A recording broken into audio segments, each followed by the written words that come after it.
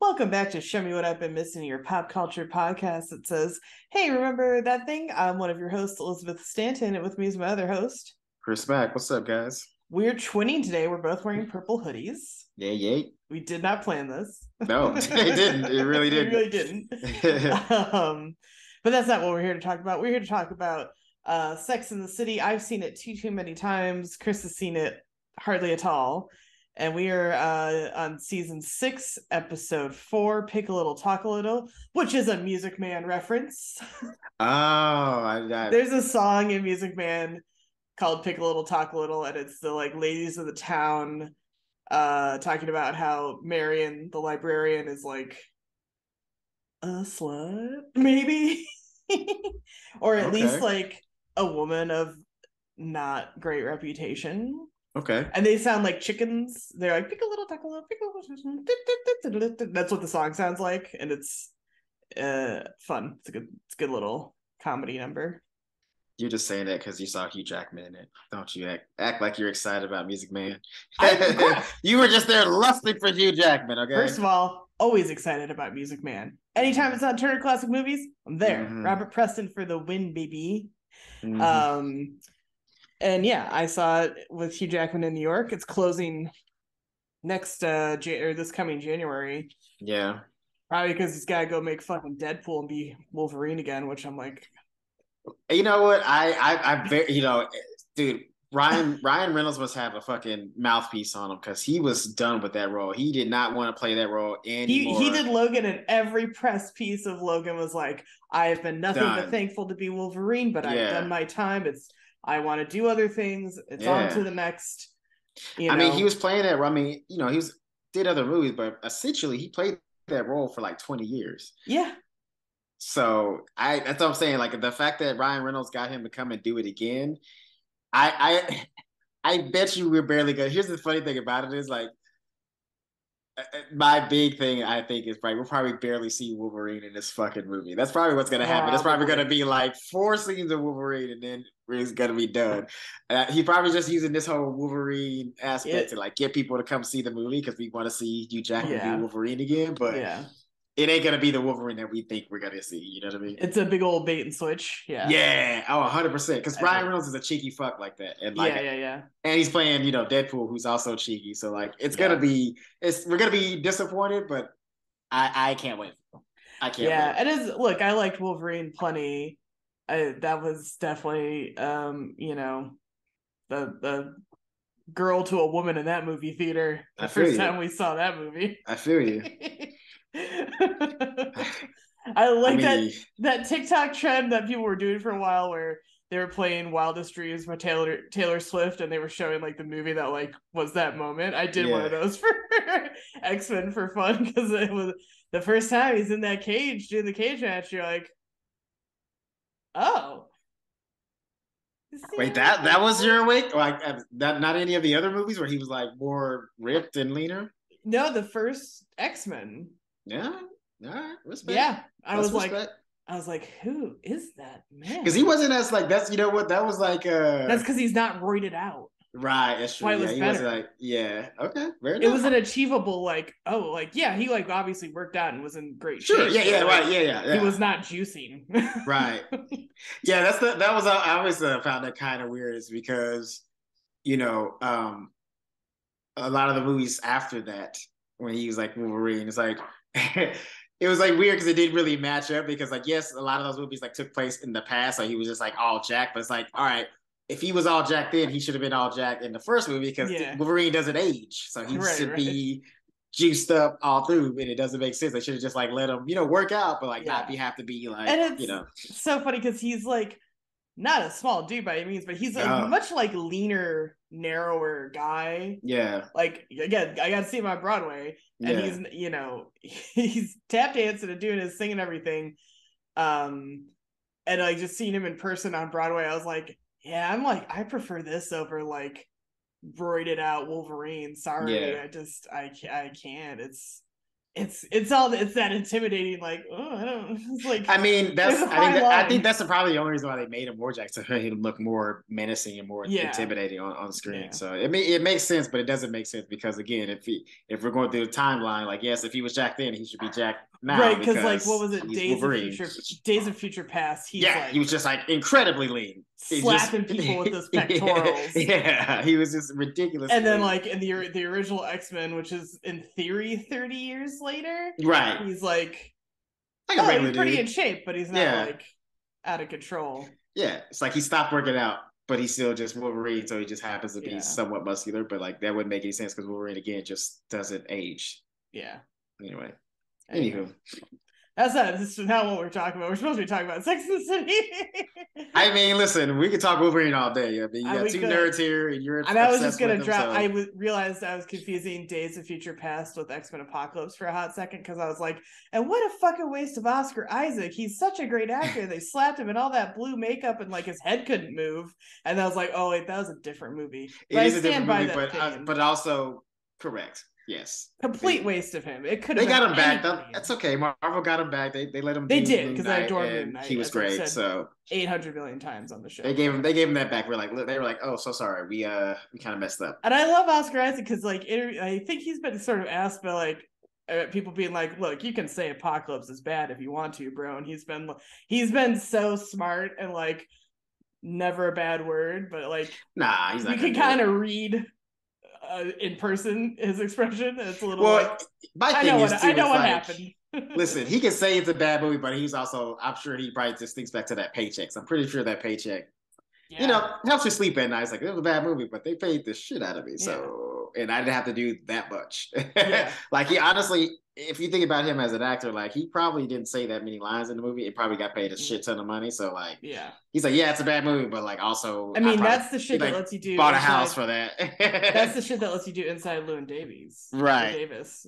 I always get that Yeah. wrong. But anyway. Anyway, Back to yes. Sex in the City. So Woo! Sex in the City. this is an infamous episode for a couple of reasons. Why is that? The scrunchie argument. Oh yes, The yeah. You scrunchie know what? argument. Honestly, and I hate to say this, but I was on Carrie's side about that because I was like, no, I don't think you know women like she does. Like she Yeah. definitely would know a little bit more about like New York women than you would, my man. But it's okay. Yeah, but perhaps the approach was not great. We'll get to that. And yes. he's just not that into you. Yes. Mantra. Yes. Those are two big like late game contributions from Sex and the City. He's not that into you.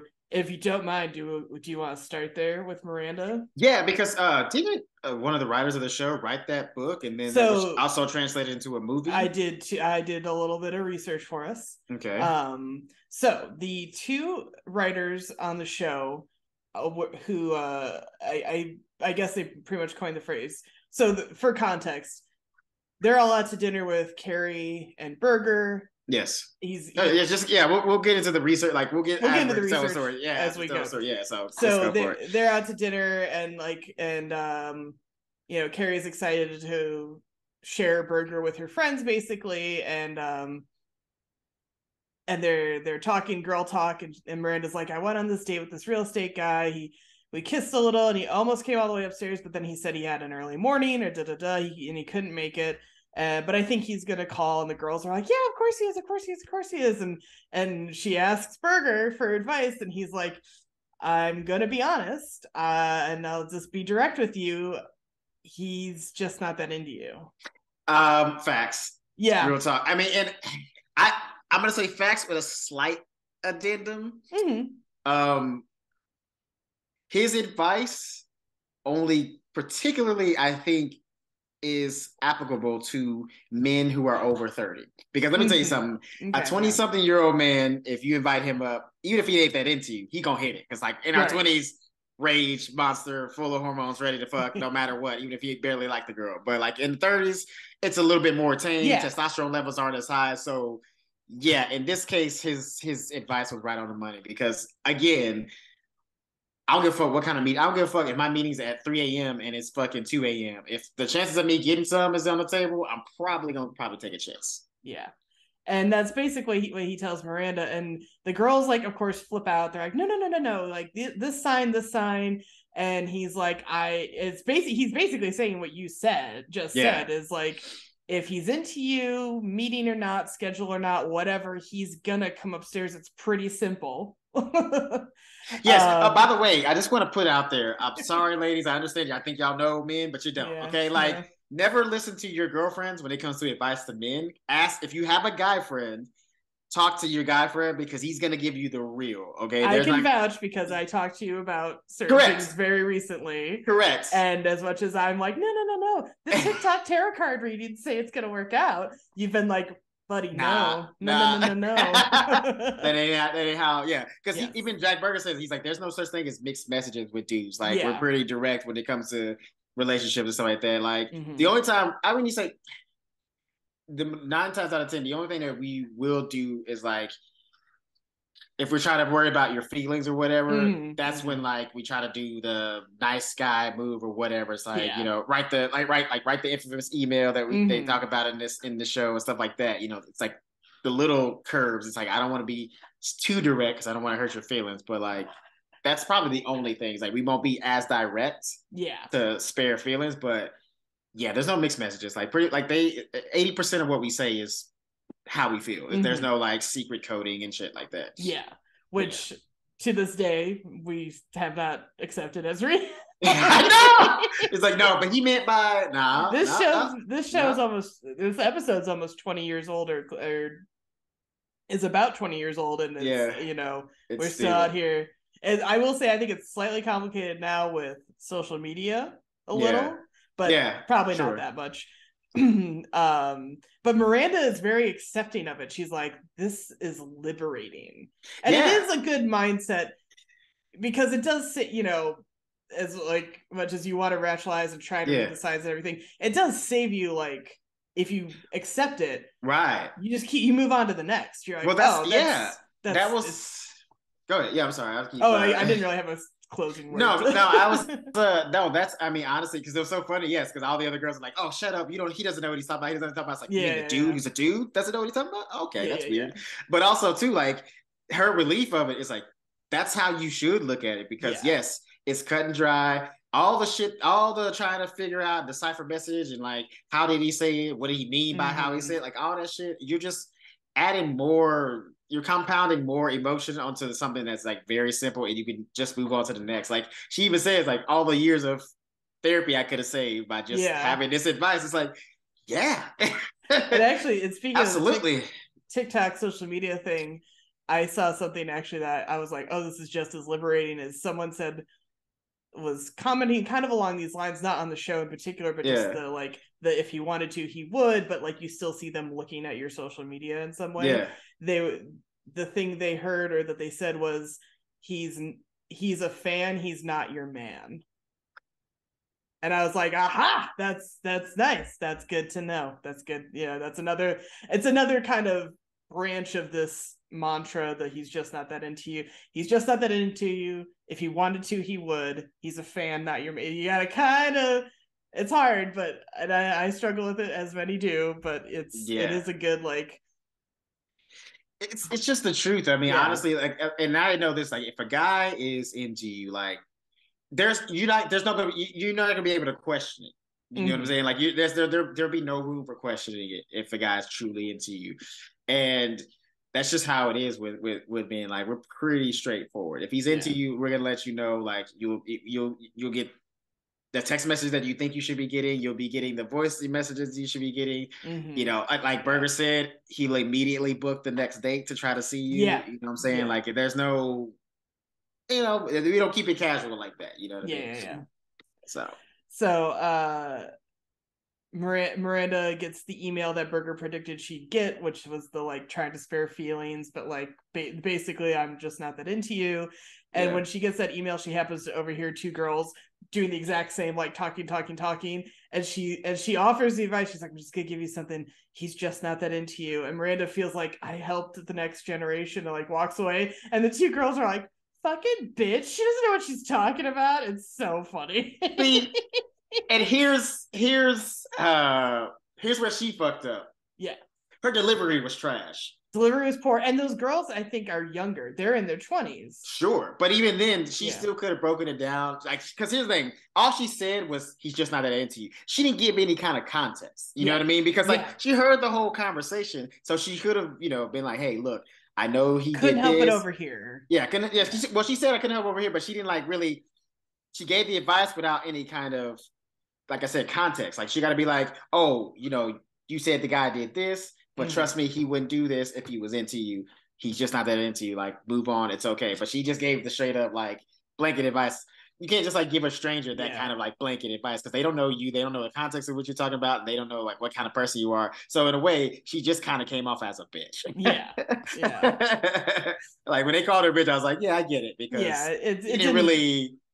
Yeah, you didn't do it the right way because like there's the difference between how Burger did it and how she did it. You know? Because to Burger's credit, he's like he's like he didn't just say it. He's like, here's all the reasons why it's not just kind of, it is true. Yes, and notice how because he gave those reasonings, Miranda was able to absorb the information without being like, fuck this guy. Right. But she just came in with the, I'm better. Like, they had that up. I'm the wise, older dating. No.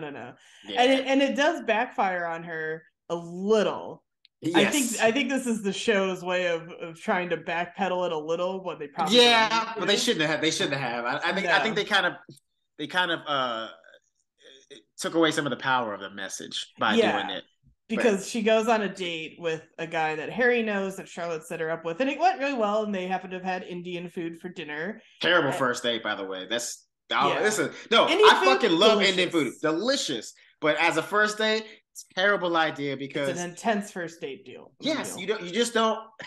Because here's the thing, right? You're trying to first dates, and you're trying to impress each other, trying to get to know each other, shit like that. And you're also, as a dude, you're trying to like not seem like a bitch to a girl because we know that gives y'all the ick sometimes. So like if she likes spicy food but you can't handle it, you ain't gonna say I can't handle spicy food because it makes you look like a bitch. So then you're gonna eat the spicy food, and if you can't handle it, what happens? It's gonna fuck up your stomach. And Indian food, when it's spicy, it's fucking spicy. Like it's not, there's no medium. It's either it's not spicy or it's spicy as hell. There's no in between bullshit. Unless you go into some like whitewashed Indian restaurant, which you know is gonna be trash. So like if you're going to a true shit, which the way that the one they went to looks like I think it's one in Hell's Kitchen because it has it has the pepper lights from the bottom. So I think that's in Hell's Kitchen.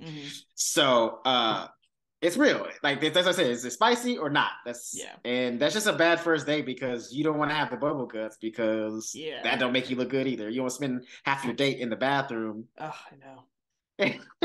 and she's like, oh, do you want to go get like coffee? And he's like, hey, I gotta call it a night. And then she's like, you know what, it's okay, I get it, you're just not that into me. And he's like, no, it's not that. And then she's like, no, I know, you can just tell me the truth. And he's like, I have diarrhea. Yeah. I also think she could have saved herself if she'd just been like, oh, you're just not that into me. He was like, no, it's not that.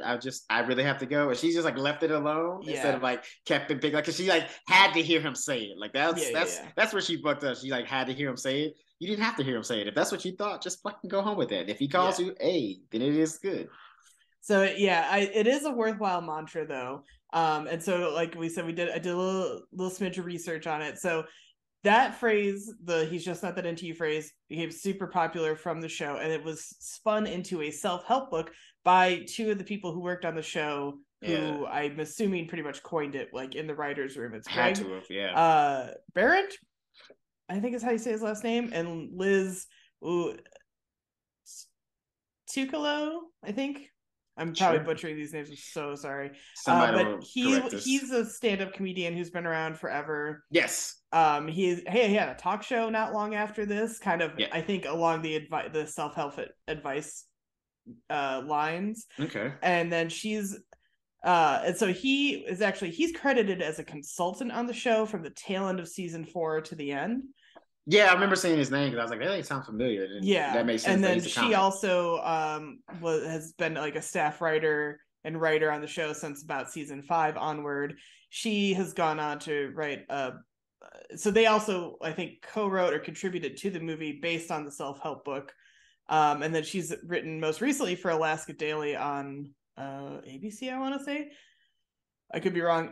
But also on the show Divorced, which was also on HBO, also starring Sarah Jessica Parker, and she's also written or been part of another kind of self-helpy movie, How to Be Single, which I actually quite like that movie. It was good. I saw that movie too. I had really good. low expectations for it, and I went in, I was like, oh no, this is actually pretty good. Yeah, I enjoyed it. But then yes, the movie He's Just Not That Into You came out with the all-star cast. You've got Jennifer Aniston, Ben Affleck, Bradley Cooper, Jennifer Connelly, Drew Barrymore, Jennifer Goodwin, Justin Long. Is that ever? That's Scarlett Johansson. Yeah, you know, so tons of big names. And yeah, it's kind of wild too, because when that movie came out, when it around the time where like it was Not like all these romantic I want to say like 07. comedies with like star-studded cast. It was crazy. It was like a sling of movies where it was just like the most famous people, and we just stuck them in a movie. Yeah. It was wild. And it's funny, like at first I don't think I really liked the movie, or I'd written it off as like not that great, but it's pretty good. There's a really like, I really like the Jennifer Goodwin character because it's you relate to it because she's very like, oh, I'm reading all these signs and signals. She's just Charlotte. That's all she is. She's very Charlotte. She's just Charlotte. That's all it is. She's very Charlotte. I love her.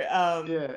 And you get to the whole like exception versus rule thing, you know, right. like, and I saw something similar about like any dating advice you see, take with a grain of salt. It's usually anecdotal. It's not like a broad representation. Sure. Especially online dating or people who've maybe been in relationships for a long time. They're like, well, I did this and that. Right. And it's like, yeah, it's not that's years old advice now. Right. Yeah. But I think, honestly, I think no matter what, as far as like, at least because guys, we don't evolve that much, even though there's online dating stuff like that. Like, I think it's pretty, He's Just Not That Into You is kind of a solid advice because, again, we're pretty straightforward when it comes to that kind of shit. Like, we don't really hint around the bush, or we don't have, like I said, the mixed signals and shit like that. It's like either we're into you or we're not. Yeah. Or we're just trying to have sex with you, which is, that's the only thing. That's probably the only, I would say, mixed signals you may get from a guy. Like if he's trying not to like, if he's trying to sleep with you and not mess it up, but also not like get you to like him that much. You know what I mean? Yeah. Which is stupid because it's like, if you want to go to sleep with you, she has to like you. So you can't have her not like you and then sleep with you. Most women aren't wired that way. Yeah. So this is one of Sex and the City's better and greater contributions to pop culture and society at large, is the He's Just Not That Into You mantra. And actually the movie is kind of funny too, because they have almost like the early seasons of Sex and the City, they have kind of, as they do sort of different chapters of the movie with different like titles cards, they have kind of different talking head, you know, direct to camera things like the early seasons used to do. I miss those. I do kind of miss those. I miss those. They were a great addition to the show. They were contextual, like outside of the character kind of thing that were memorable and fun. But I do, like I said, I didn't used to like the movie, and now every time it's on Bravo or E on the weekend, I throw it on while I do like other stuff, like I'm making lunch, cleaning. It's a great movie for that. It's also just like a solid kind of movie. Good movie. It's a good rom-com, It's a good little rom-com, and memorable. Oh, I hate Bradley Cooper's character in it so much. He's such a piece of shit. Man, it's crazy. Yeah, he's a really dirty, stinking cheater in it. Yeah, and he's terrible. Yeah, and he really treats he treats Jennifer Connelly, his wife, terribly, and he ultimately treats Scarlett Johansson pretty terribly too when he shoves her in a closet because they're hooking up in his like office, and Jennifer Connelly shows up because she's gonna try to like spice the marriage back up and get back with him, and so he literally shoves Scarlett Johansson in a closet, and that ends the relationship for her right there. She's like, "You don't get to fucking treat me that way." Yes, dude. I can't imagine. That had to be excruciating for her because, like, clearly she was in love with his character, and she has to listen to him like essentially like cheat on her. Yeah. Even though that's the part where it's a weird dynamic because like she's the other woman, but then like. She still feels betrayed because he like had sex with his wife, but it's like, you know that you're not so much not a bad person either, right? Still gross though. I wouldn't want to hear somebody that I'm No. sleeping with have sex with somebody else either. So I get it. Nope. Cool. But yeah, that's Miranda's storyline and the cultural impact thereof. Yeah. Who would you like to talk about next? Let's talk about Charlotte. I feel bad for her. I know. Oh, Charlotte. Oh, like she fucked it up, but also like yeah, dude wasn't being the kindest. Anyway, we'll go. We'll talk. We'll get into it. No, so Charlotte is preparing for Shabbos dinner, and she and Carrie are at the deli while Charlotte's shopping, and because Carrie's in love with Burger and they're talking about it. We'll get to that, but they're both, and she's the only person Charlotte can talk to about it. So and Charlotte's like, I'm so in love too. I'm doing Shabbos dinner and da da da. She's very excited. So by the way, Charlotte's not meant for dating. She's a wife, okay? That's just what she is. The fact that she has to go, like the fact that just because that's everybody's journey to get to a relationship, the fact that she has to go through dating to get to be a wife kind of sucks for her. Because if she could just be like born into a relationship, it would have been, she would have a happy life. She would be so happy right now. I kind of fuck with that, honestly. Like, you know what I'm saying? Yeah. I'm like if she was great as a partner, I feel like. Yeah. I'm like that some people just are. Some people are just better to be in a relationship, but you still have to go through the journey to get to that. And that's the part that like kind of jades you. You know what I mean? Get you all jaded and shit like that. But you'd be like, I don't even want to do it because it's like you just want to get to that the good part, the good stuff. The fun stuff. Yeah. Where all the hard work's out of the way. But what are you gonna do? Yeah, I know. So, but that's the double edge of the sword, right? Because to get to that good spot, you have to go through the work. So you build that to where it is that good thing. It don't just like happen, you know. Anyway, I know. I feel you. I get it. I feel you.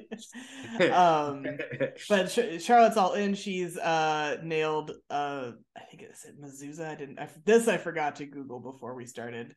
The little thing with the scroll. Yes. On your front door when I don't remember a more observant Jewish person. I forget all what it means, but it's a big deal. It's important. Yes. So she's nailed that to the door.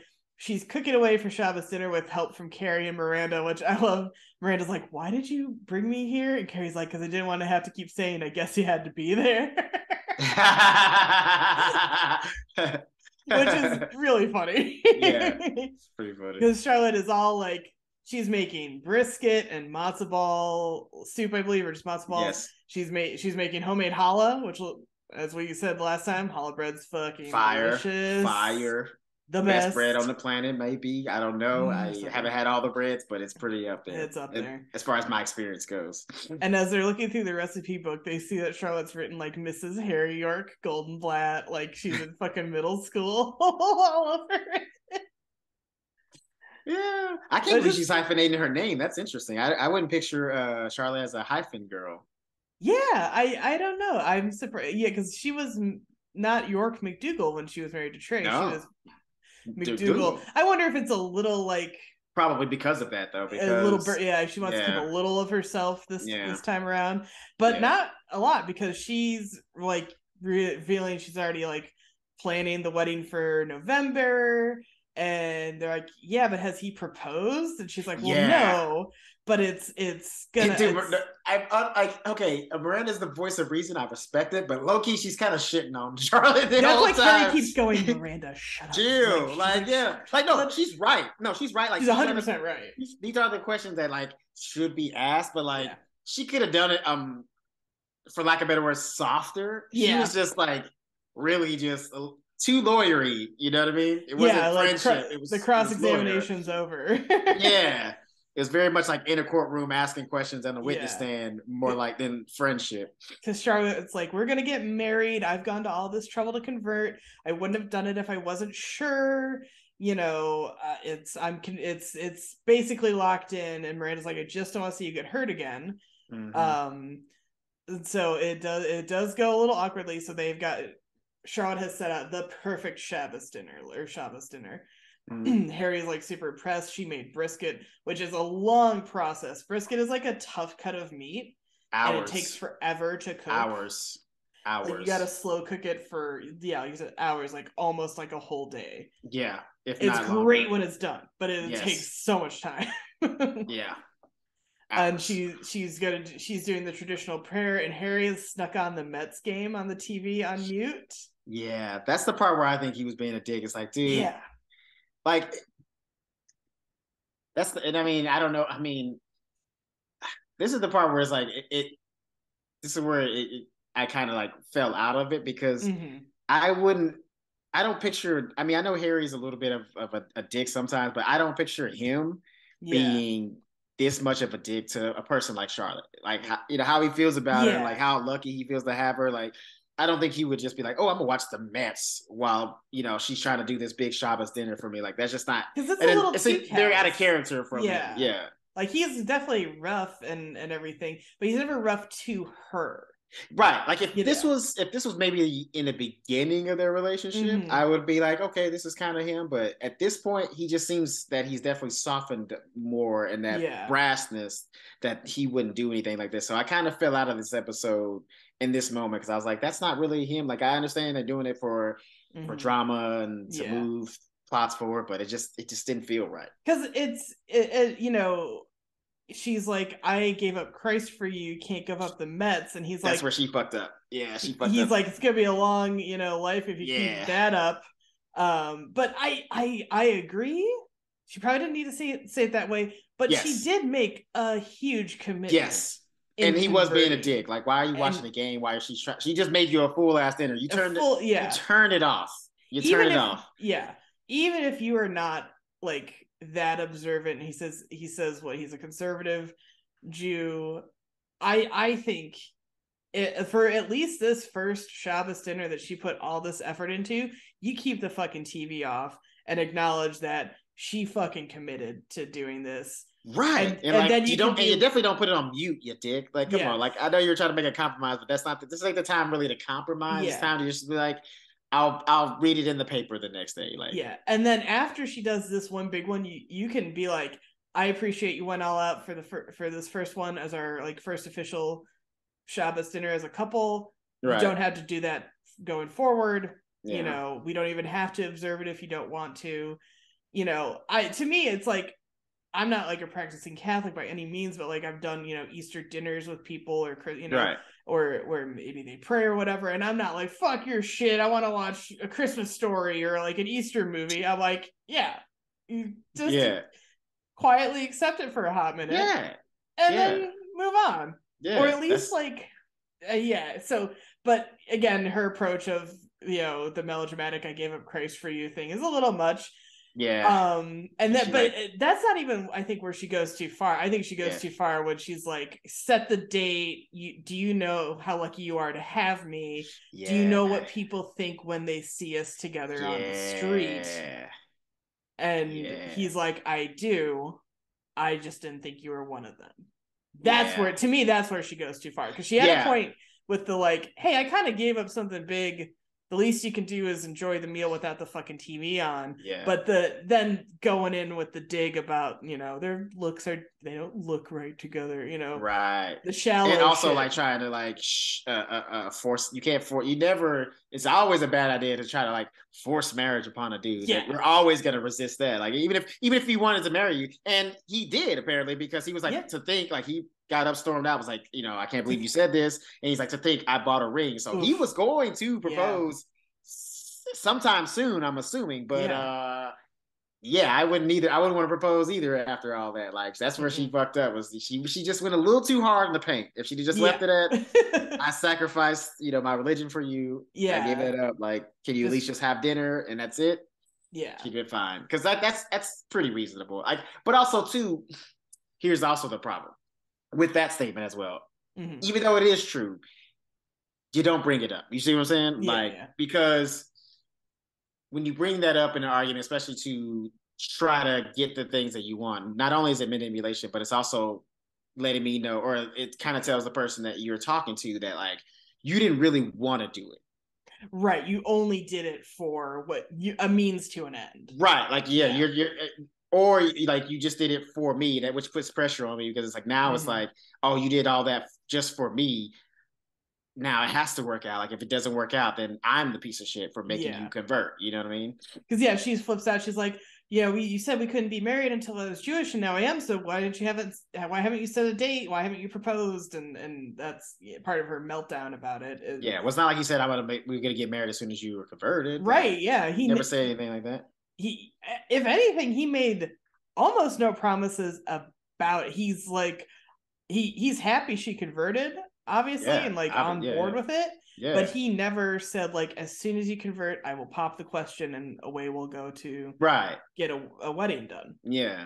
Never. Yeah, he never made any promises. He just said, "I can't marry you unless you're Jewish." That's pretty much it.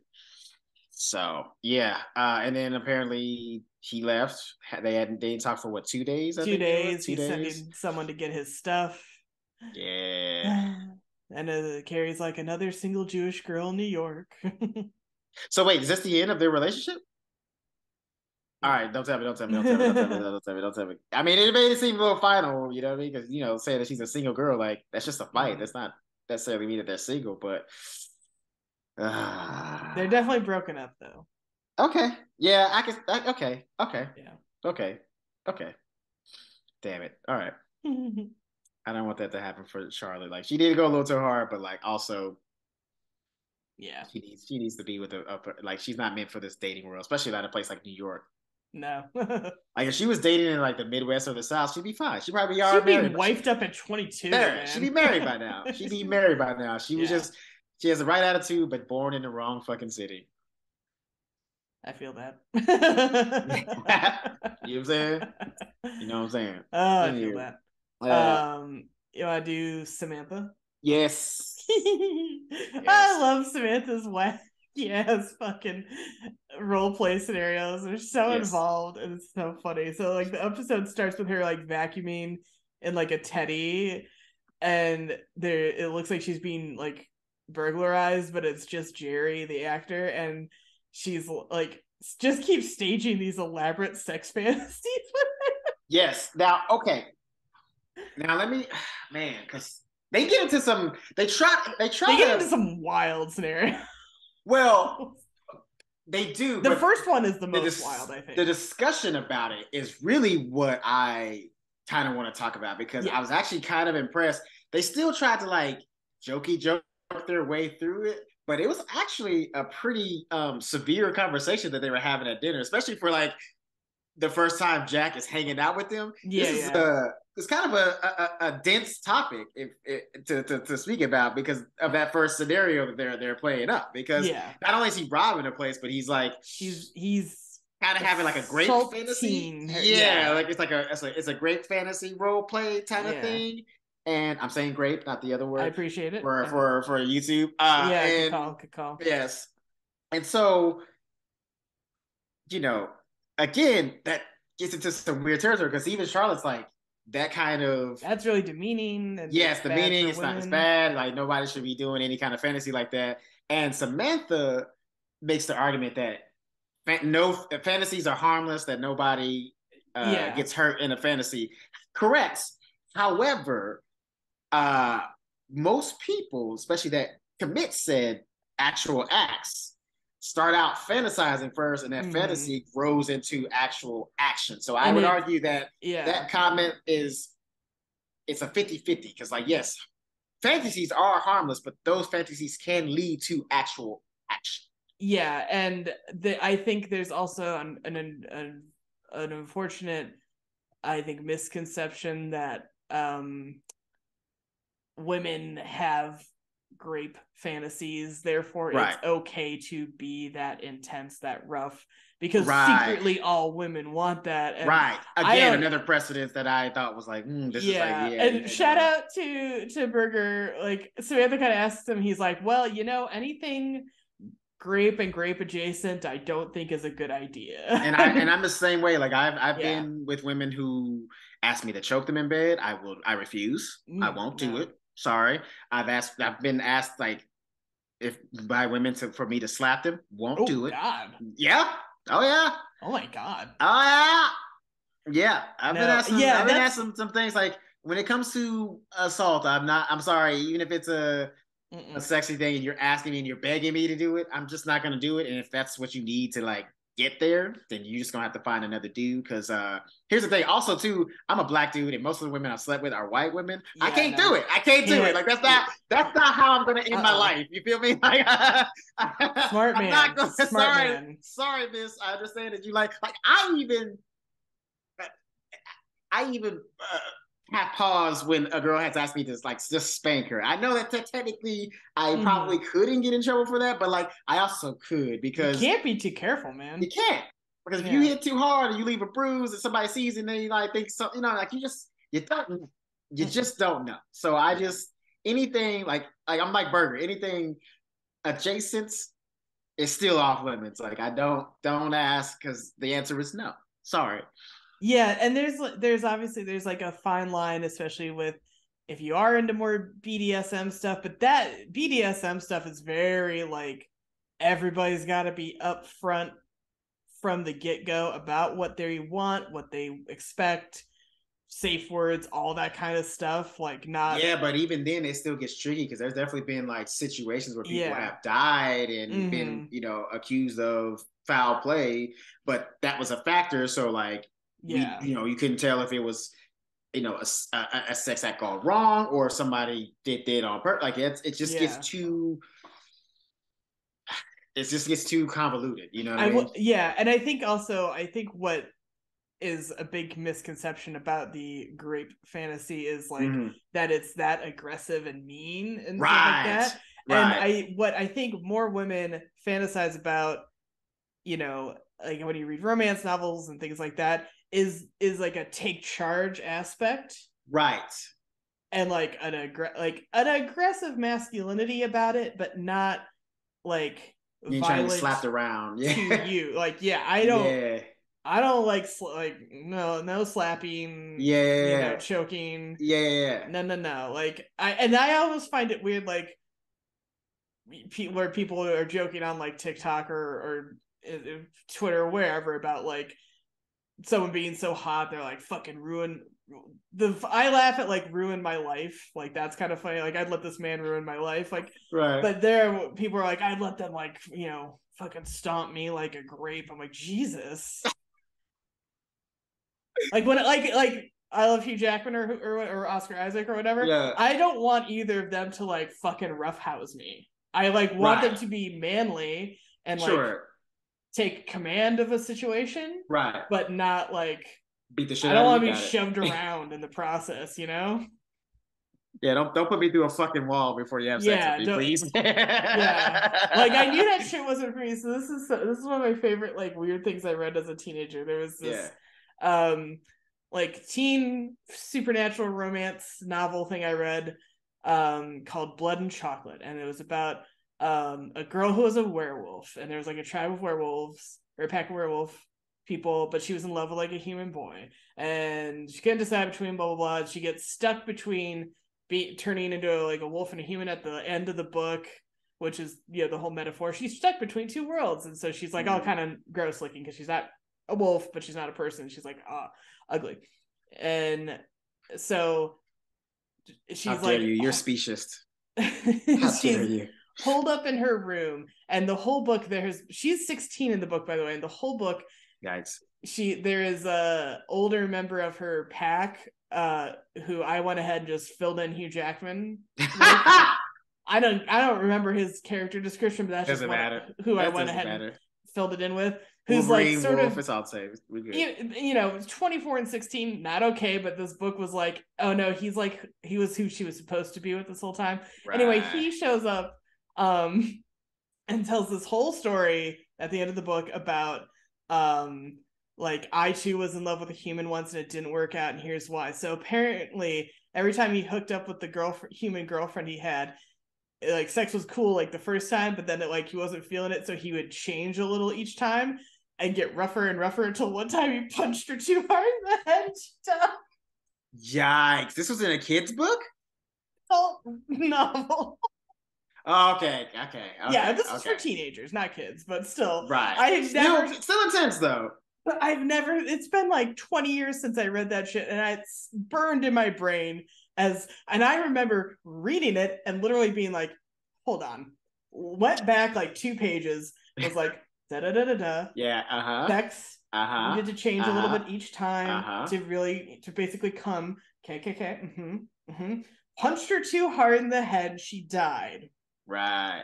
And that's why And you should see, only but be with werewolves. So I think like at a tender formative age, I was like, yeah, punching seems like a bad idea in bed. Because well, what if you get that's another thing punched to death too by a with that werewolf? scenario. It's like people in bed is like if they asking you to, and this is no kink shame, by the way, people who are in the Yeah. None of BDSM this is community, I'm kink not shaming. just saying like people always push the limits. Like, okay, one minute is like, Yeah. oh, just slap me a little bit. Now it's like, then the next it's like, slap me a little harder. Then the next time it's like, fucking really get in there, Wind like up. wind No. up. Yeah, like like it always escalates. So it's like I don't. Yeah, that's just it's dangerous territory. So I'm in the Jack Burger way of thinking. Yeah. I just leave it alone.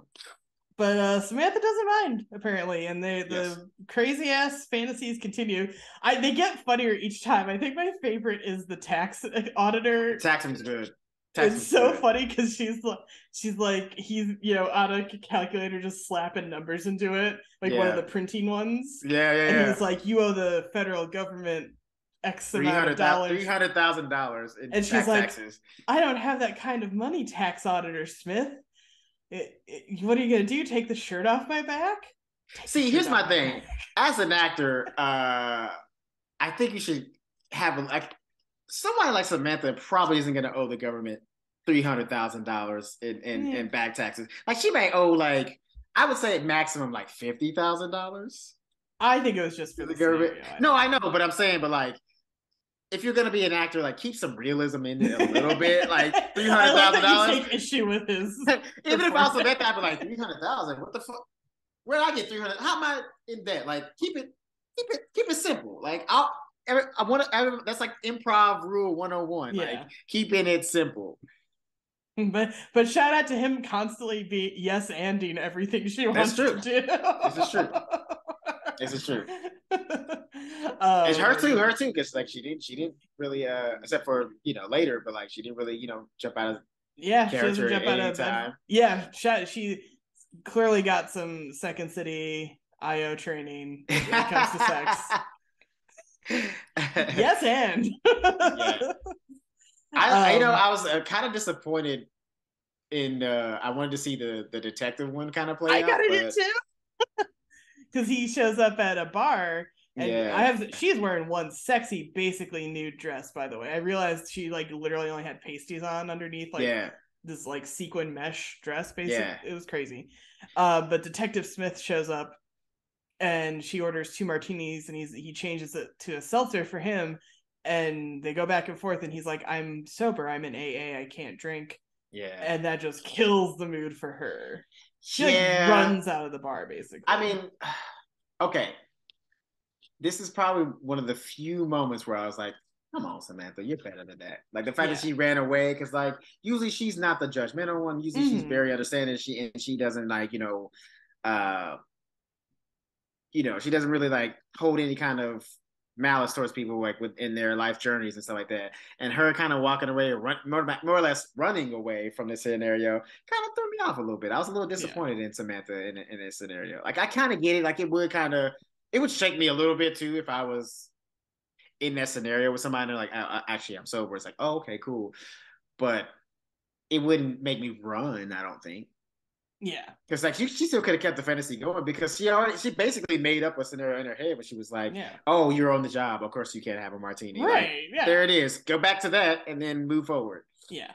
It's it's a little much. What do you call it? It's harsh, but Yeah, this is my other actual favorite scenario is Secret Service sluts, which we also don't get to see play out, which is a bummer. But that yeah, one sounded the funniest to me because they meet again because she gets a call from him and I don't know, she's like, Secret Service Agent Smith, if you're here, who's protecting the president? And she's in like a trench coat and beret. And yeah. he's like, I want to play a new game. And she's like, something better than Secret Service sluts. I'm like, that's the funniest one so far. Secret Service sluts. So good. But no, he wants to Wait, how are play. they? Wait, Secret Service sluts. That would imply that they're both in the Secret Service, right? And from what I gathered, she wasn't in the Secret Service. Only he was. I mean, By the way, also Secret Service Slut sounds like the firest porno title Such for a it. good title. Like the and like not the kind that you would have to find online, but like the kind you have to order from cable, like Secret Service Slut. The one where like your parents see it on the bill, and you're like, I don't know how they got there. Yeah. Secret Service Sluts, that must have been dad, mom. I don't know what you're talking about. But he wants to play like, I'll play myself, you play you, and he's like, kind of lame, you ran out on me the other night, and she's like, well, that's, you know, that's who I am, I'm that harsh. But he's like, that's fine, he's okay with it. Well, yeah, because she was saying that she didn't even want to get to know him. Like she's just trying Yeah, to keep this thing basically about sex. Like she wasn't really yeah, trying to be in a relationship.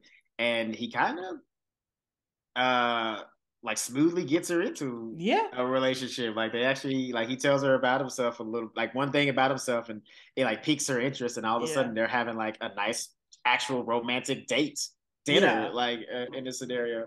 And the nugget of information is that his last name is like Jarrett. Jared as well. Jerry Jarrett. Yeah, so he's Jerry Jared. And she's like, well, no wonder you drink.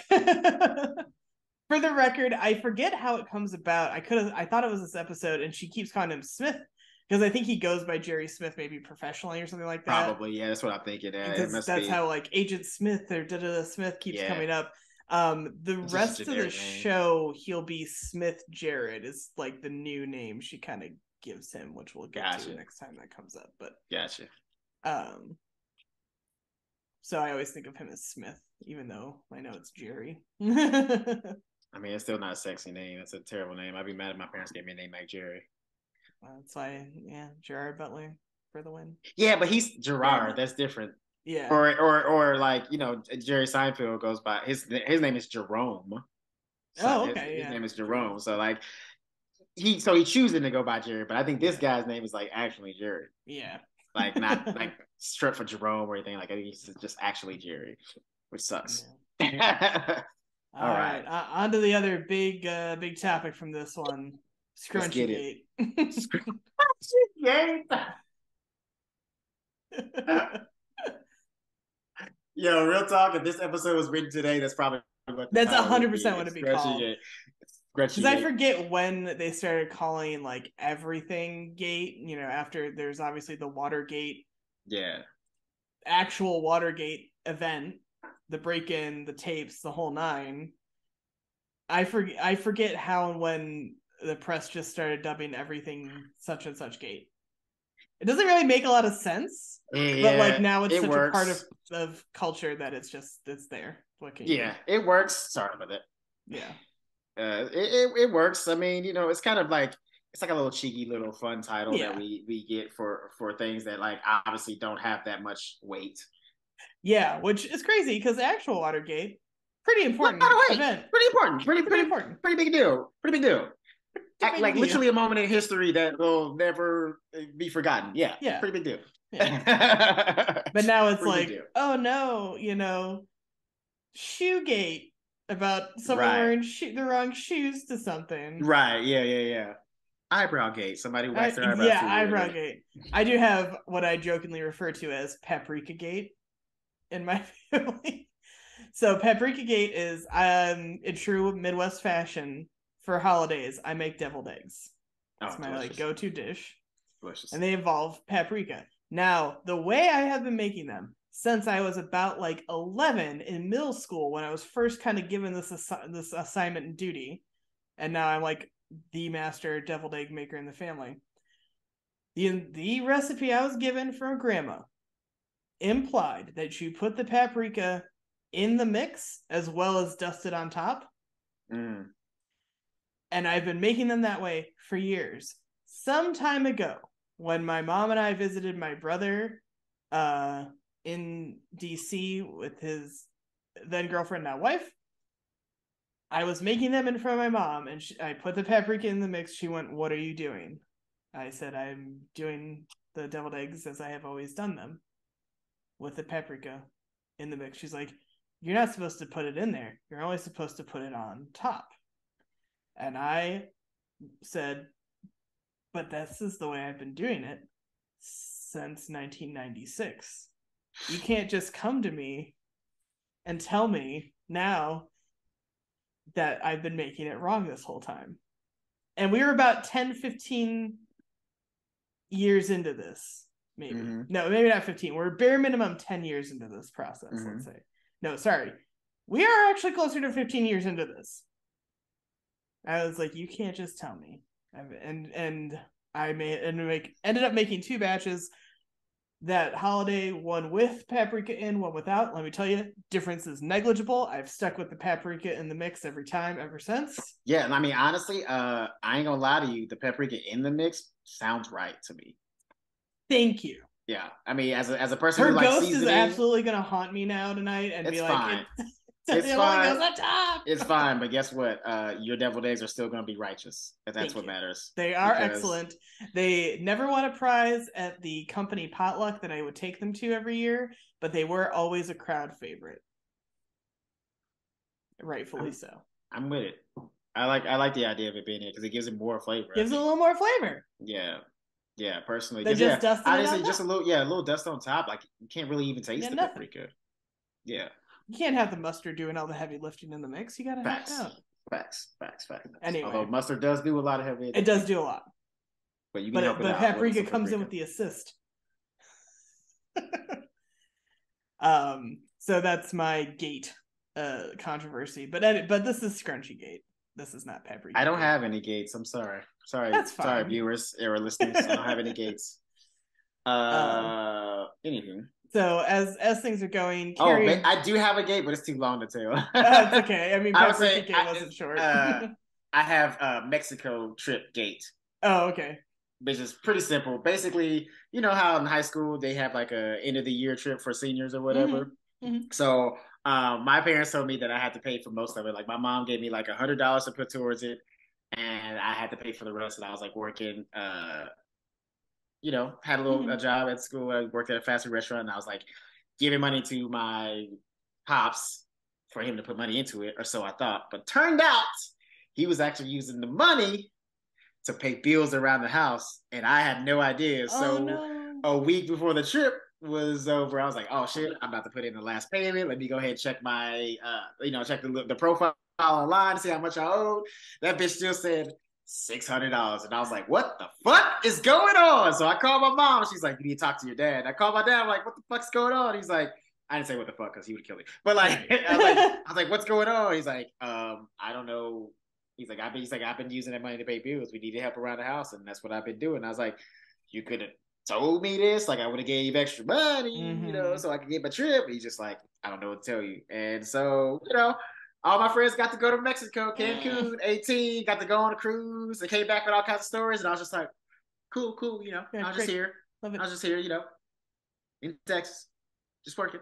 So, Mexico trip gate. That's a good or that's Cancun a good gate. That's Cancun gate. That's Cancun gate. I like Cancun gate. Yeah. Did you ever make it to Cancun down the line? Nope. I've never been to Mexico. It hurts too much. I can't do it. It's too sore. It hurts too much. It hurts too much. Like, it's not gonna be the same. You know what I mean? Because it was like a big trip. Like, it was like teachers came on the trip. Fucking, all my friends were on the trip. So like, they all my thing. I don't talk to most of them like from high school, but like at the time, this was like my core group of friends that I hung out with. So like, they all came back with stories, and I was just like, cool, man. Yeah. Well, that's way more intense than paprika gate. It's a little sadder, I know. Way sadder than paprika. That's a true gate. It's a true gate. That's a true gate. That is a true gate. It's a true gate because it's still a moment in history in my life that I haven't gotten over yet. You know what I mean? It's a watershed moment in your life. Yeah. I still haven't moved past it. I still, I wouldn't either. Sometimes when I see my dad, I just be like, "Ooh, if you were my dad, I'd sock you out right now. I'd sock you." I love. There's a weird TikTok trend where I think it's people asking like kids. I think on more like religious ecology campuses. Yeah. Whether like, would you punch your dad for $10,000? And all of them keep saying no, but then people are stitching it with like, I'd punch that guy for free. It's not about the money. I'd punch him for $10,000. And I'd take the whole family except for him on a fucking Cancun trip. Fuck you.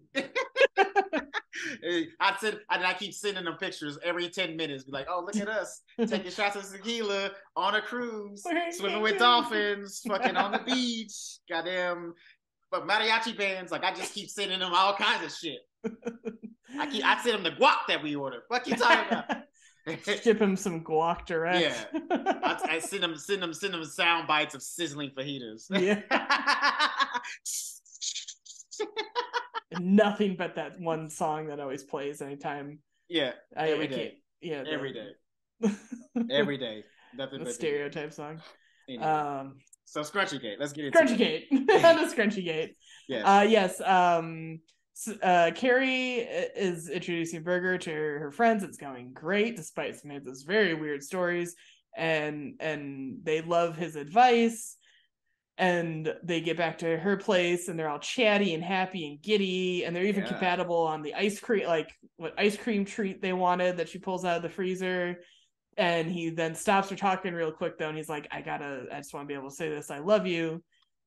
And I didn't want to have it interrupted. And she goes, oh my gosh, I love you too. And I'm not just saying that because you said it. And she's all gushy and happy, and it's all sunshine and rainbows. Now, not that it matters, I guess, really, but how long have they been dating at this point? Like, good question. A few months, maybe. Yeah. I mean, maybe she does at one point say, "This is the fastest I've said I love you" to someone. She did say that. That's right. She did say that. Yeah, she said. So I'll say a couple months, maybe. Okay, that's fine. I mean, as long as she sees that it's like a little fast, I'm okay with it. You recognize it, then we're good. So that's fine.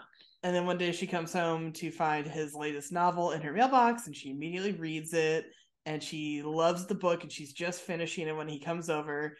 And she's like, oh my gosh, I love the book. It's so great. It's so great. She's like, except for one thing. You have your leading lady running around New York wearing a scrunchie. And he's like, what's the big deal? I see women with scrunchies all the time. And she's like, they're only wearing scrunchies at home. They're not wearing them at hip restaurants.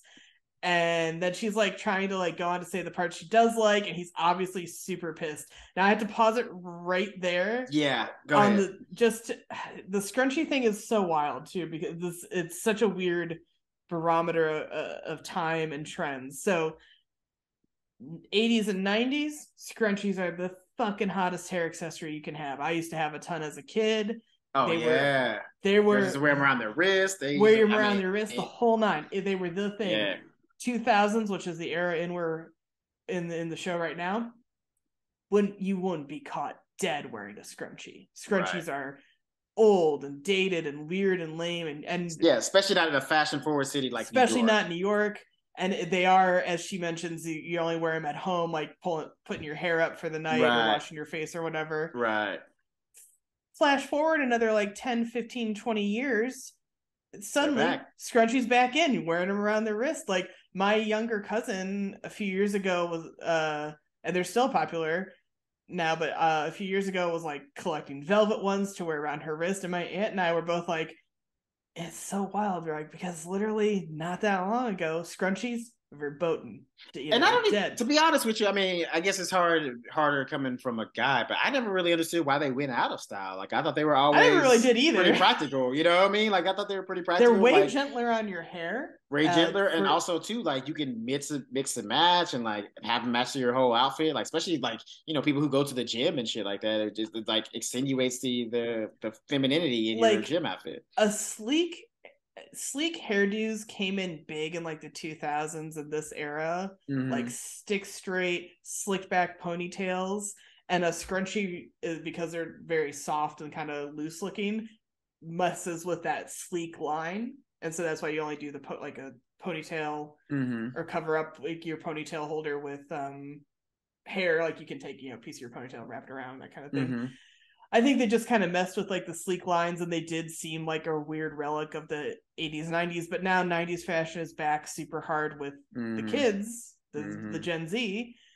And yeah, give it another 10 years. I actually saw someone commenting on Twitter recently about this episode, saying they're like, I will always sort of know where I am in time based on whose opinion I agree with more in the scrunchie debate in the show. Because sometimes I'm like, yeah, scrunchies are everywhere. I'm on Burger's side, totally. And then other times they're like, oh, scrunchies are so lame and dorky and bad. And of course Carrie's right. So it's a no-win all around though, because like Carrie does regret saying it. I think especially the way Well, she said it. okay. But Okay. also, he says this at the end. But truly, what's he gonna do? He can't go back and fix it. The book is fucking published. Well, that's not my. It's like, okay. The only thing that I will say about the whole argument is like, yeah, she was giving a little bit of shit, but she was definitely flirty with it. She wasn't like being like, oh, this is like you fucked up your entire book. Yeah, Like your whole he took it books. so Yeah, personally, and like if I was even to go as far to say a little bit immaturely. yeah. This is where people start to not like Burger so Yeah, I was much. like, man, you being a little bit immature because like he didn't let like it.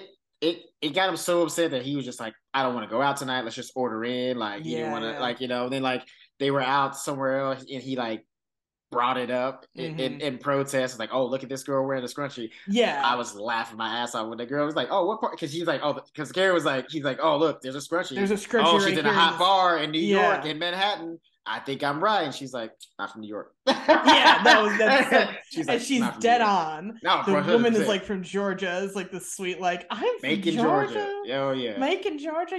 You made my night, and she's like all excited. Um, and it just makes him even madder. And but Yeah. I kind of feel for him a little because Okay, I please. think as a sensitive writer, but not just a writer in general, creative person in general. Sure. I think when you just put something out, you Yeah. kind of only want to hear the good. And I kind of empathize with this in a big way because several years ago, I took a pilot writing class at Second City here Okay. and invited people to the final reading. They do like a table read is like the Mm-hmm. final piece of the class. Okay. So that you hear the pilot out loud, all that good stuff. But your pilot's done. And that's a huge accomplishment to Yes. finish a whole pilot, and it's gone through some revisions and stuff like that, and it's in like a decent enough shape. Maybe it probably needs more work, but it's decent enough to be sat and read. Like I casted people for it, and I didn't have a huge turnout, unfortunately. And I did have one friend who came, and then I got dinner with her afterwards, and all she told me the whole dinner was what she thought should be done differently.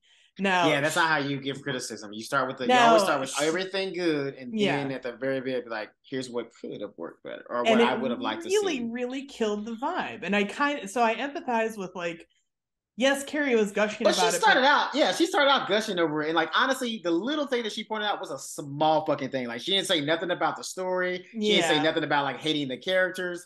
She loved everything pretty much about it, except for that one. It was the smallest little thing, but I honestly. I do kind of think like, it's so soon after it's published and it's That's out fair. That's fair. that That's fair.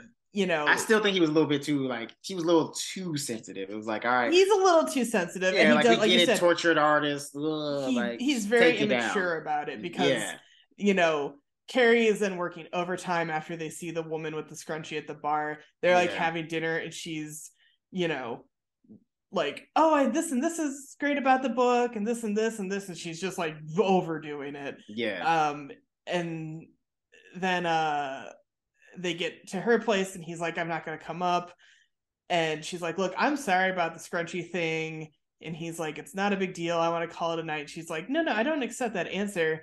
And she's like, I know you're pissed, but you can't shut down. You can't not talk to me about this, correct, which is correct. 100% true. Which is I'm surprised came out of her fucking mouth. Who's like the most like who does she think she is to be maturing all of a Yeah. sudden? How dare you?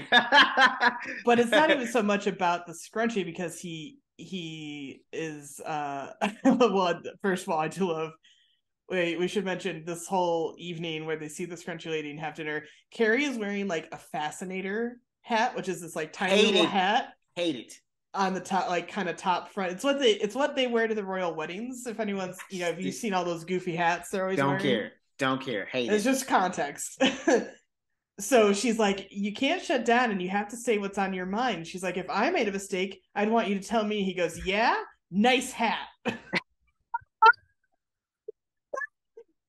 Look, look, It's a great look, burn. look, look. I know he was just being a dick, but that shit was fucking funny. Oh, it's I was so like, good. because she was like, you saw her face like immediately. She started pouting. She was just like, "How dare you?" Yeah, yeah. I mean, okay.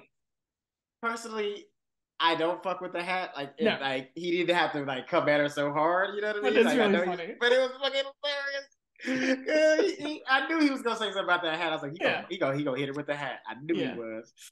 It's ridiculous. Shit. So then she walks away, and he's like, well, what? He's like, wait a minute, he's like, what am I supposed to do with the scrunchy comment? I can't go back and fix it. And she's like, this is about more than the scrunchie. What's your fucking problem, basically? And he's like, my book's a big fat fucking failure. Apparently, it's not selling very well at all. Which, again, that I can understand. Kind of going back to what you were saying earlier, like why he's like a little bit more sensitive about it is because, like he's already having negative emotions, and then she puts that little drop of like negativity into him, like from the person that's like supposed to be his like cheerleader, cheerleader, and like that, because then I get it too, like because me as an artist, I would probably be going back like, is that why that book's not selling? Like, reading it and thinking like the scrunch, like it's the scrunchy thing taking people out of the story, like is that really fucking people up? Because I think we have to assume that after she reads it and like he first comes over and they're talking about the book, I think he has to maybe already know it's not selling well, like probably pre-sales. Yeah, he seemed a little bit like nervous. Flustered and nervous. Yeah.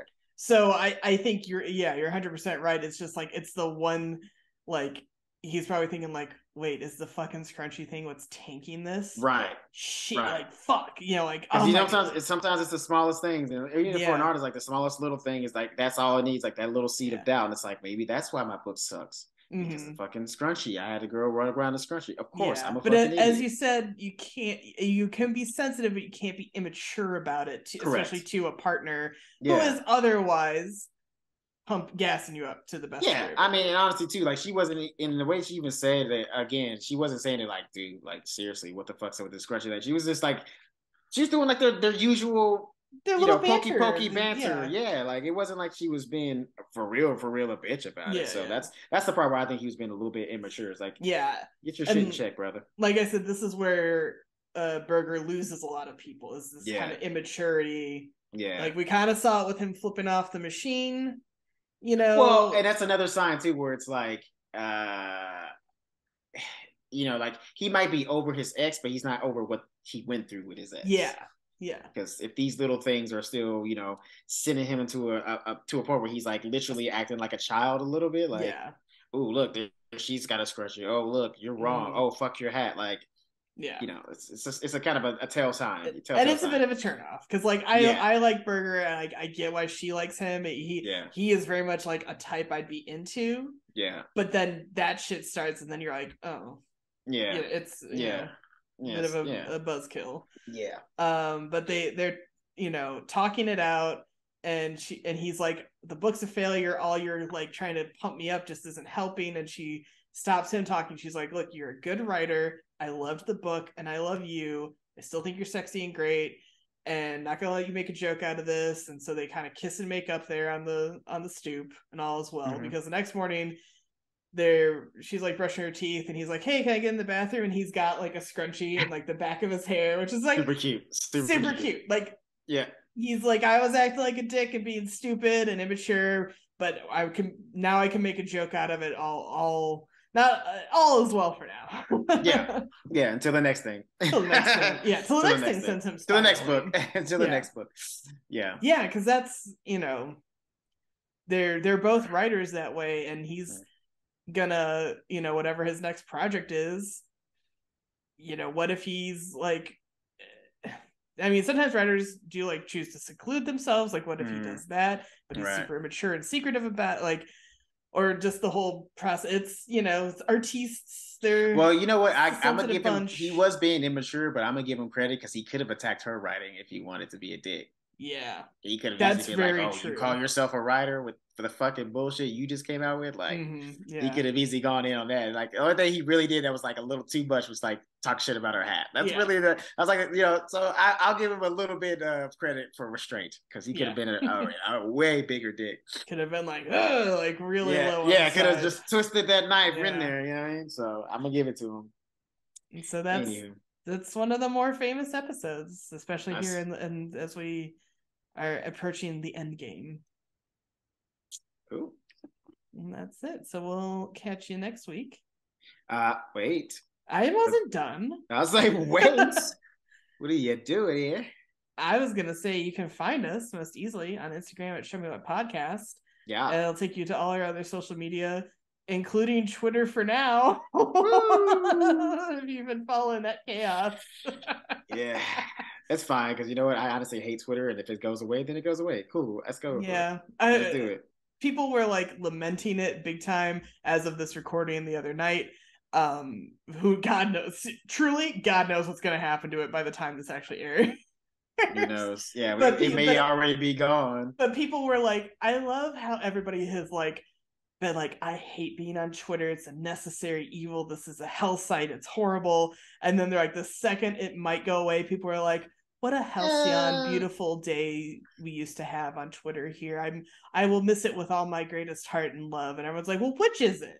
It's just graduation goggles. That's all it is. Ooh, that's what it is. Yeah. Just graduation goggles. You know, like because like most of the time you spend hating high school, and then all of a sudden you're about to leave, and it's like, oh, I'm gonna miss it. No, you're not. No, you're not. No, you're not. You're just scared to move on. That's all it is. That's my high school like, reunion is there's people who are probably big on Twitter. They're just scared to move on and have to find another social media platform. I will say some of its benefits of like for as far as writers go. Yeah. It is the most writing based one. Like Instagram is obviously very visual, and TikTok is video and things like that. So I do get it from like a writer perspective as far as connecting with people and showcasing your writing, even in the short snippets that it allows you. But like it is good for that. So I do kind of get that. And there are like some goods from it, but yeah, like you said, graduation goggles. My 20th reunion is actually coming up next May. But I don't think I'm gonna go, not out of like, oh, I'll go fuck these people. It's because it's in May that it's right around when I want to do my international Ireland Scotland trip, and I was like, sorry, fucking high school. Yeah, no, way better. Yeah, way better. Yeah, absolutely. I got bigger plans than going to a picnic bench in my hometown. Correct. But you can find me on all the social medias at Elizabeth Movies. And Chris, where can they find you? You can find me on all social media at Christopher T. Mack on all socials.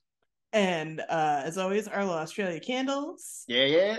Christmas is coming up. Maybe start buying for Christmas. Yes, and they do have Christmas seasonal scents coming up, so be on the lookout for that. Yeah, promo code Show Me This, save 10% on some excellent gift ideas because everybody loves a candle. Yes, ARLO Australia.com or _.com, or you can go to the Instagram Arlo Australia, and they'll have links on there to take you to their website, and you can use our promo code Show Me Miss, like Elizabeth said, get you 10% off, get you some of get their holiday scents because they're fire. Yep, trust me. Good trust stuff. Me. All right, and we'll see you next time. Chimes.